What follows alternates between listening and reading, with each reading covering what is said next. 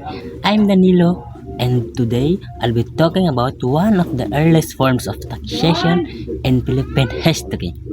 So, this is called the cedula, or also known as the poll tax. So, in this presentation, I'll explain how it introduced, how it worked, and how it affected the Filipinos peoples back then. Finally, I will connect it to the modern taxation today and see what we can learn. So first, what is taxation?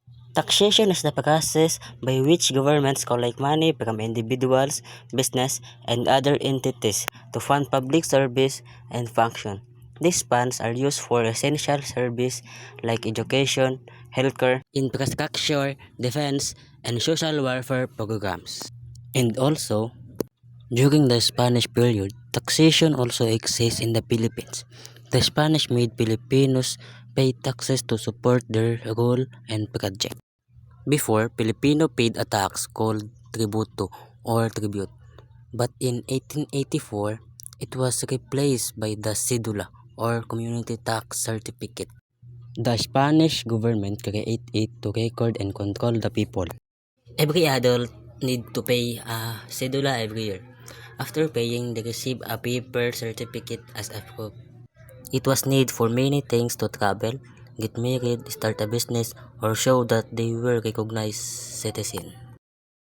If someone did not have a cedula, they could be fined or arrested. The cedula is become a sign of a Spanish control and the people's burden. But today, we still use it in the Philippines as a community tax certificate. Now for identification, not for control. So, here's the impact and analysis of cedula. The cedula system had a big effect on Filipinos during the Spanish period. It served as proof that a person paid taxes and was recognized by the government. But while it helps the Spanish to keep records and control the people, but many Filipino saw it as unfair. Poor people had to pay more and could be punished if they did not have a cedula. It became a symbol of control and inequality.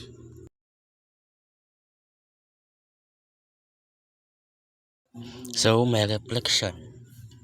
The cedula during the Spanish period show how taxation was used to control people. It taught Filipinos the importance of fairness and equality in paying taxes. Before, the cedula was only for the rich and powerful people, while the poor suffered the most.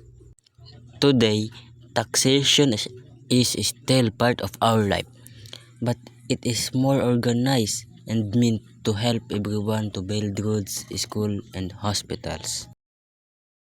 We can learn that paying taxes is not bad if it used for the good people. The difference now is that everyone has equal rights and most follow the same rule. The cedula reminds us that taxes should serve the people, not to control them. The cedula reminds us of the struggle of the Filipinos during the Spanish period. It shows how taxes were used for control but also how people stood up for the fairness and freedom. This marks an important of our history that we can should always remember. So that's my video presentation about the cedula. Thank you for listening.